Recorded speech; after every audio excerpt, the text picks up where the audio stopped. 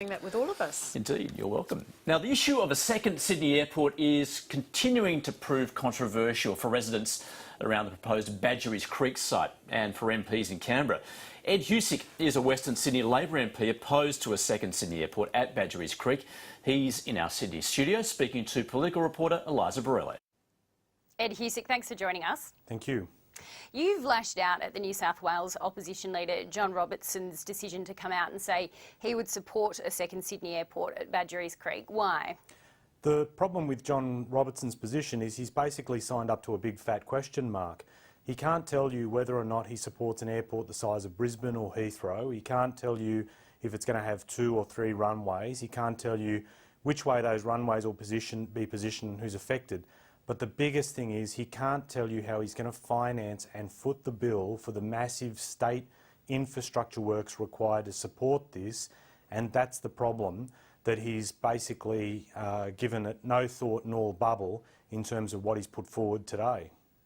Now, your own leader, Bill Shorten, came out yesterday and said that in his mind Badgerys Creek was a live option. Do you interpret that as support for this option? Well, I think Bill said the bleedingly obvious, that this proposal for an airport in Western Sydney has been roaming the countryside with bolts in its neck for 30 years and no one's found a way to make it pretty or dance with it, using John Robertson's terms.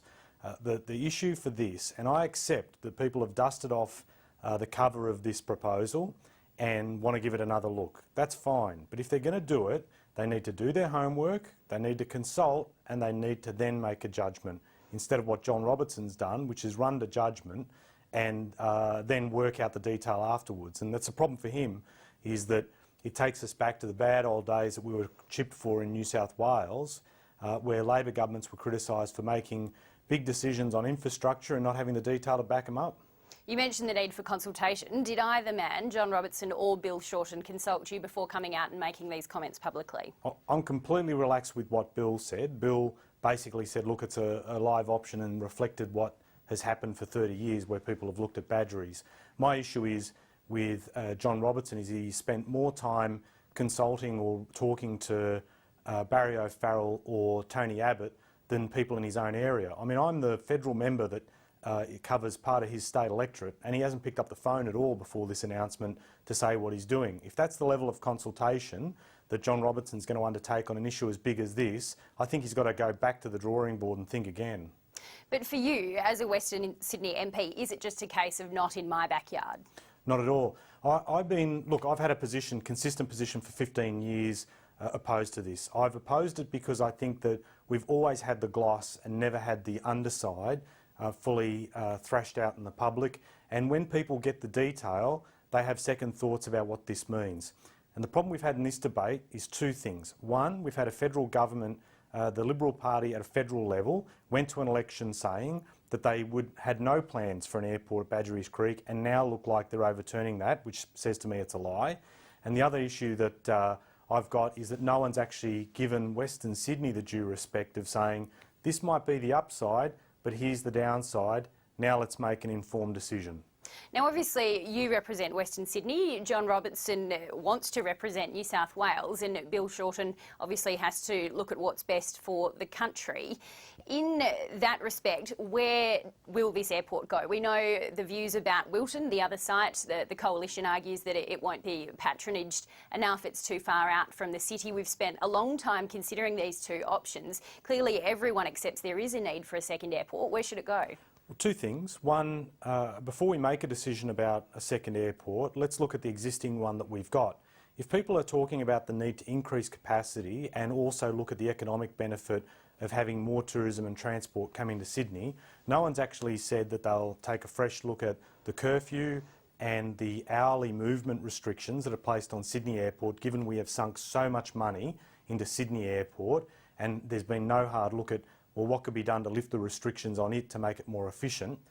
Secondly, if they're saying that they do need to, build this airport, I am not going to be in the business of doing what others have done, which is to just pick a site out of the blue and not work through the detail of what that means in terms of the efficiency of the infrastructure proposed and the impact on communities involved.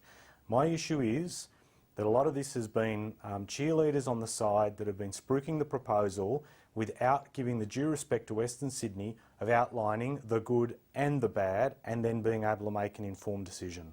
So you don't accept that there's a need for a second airport? I'm saying let's look at all the elements of this proposal. Let's look at what we can do to make Sydney Airport more efficient before proposing a 24/7 airport that is as big as Brisbane Airport or could be as big as Heathrow or JFK.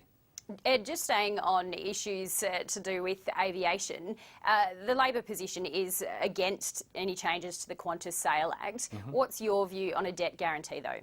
I think what we've had is the federal government proposal to put money into potentially backing Qantas or making these changes, and there is no sense of consistency with them. I mean, if they've got no money for SPC or Holden... But do you support the idea of a debt guarantee, Ed? Let me come to the point. If they are saying there's no money for SPC or Holden, how come they're finding potentially the money for a debt guarantee or to back it up or say that they're prepared to put that in? Our position is quite clear. We're saying that there is value in majority ownership of our national carrier, and I absolutely support that. Ed Husic, thanks for your time. Good on you, thank you.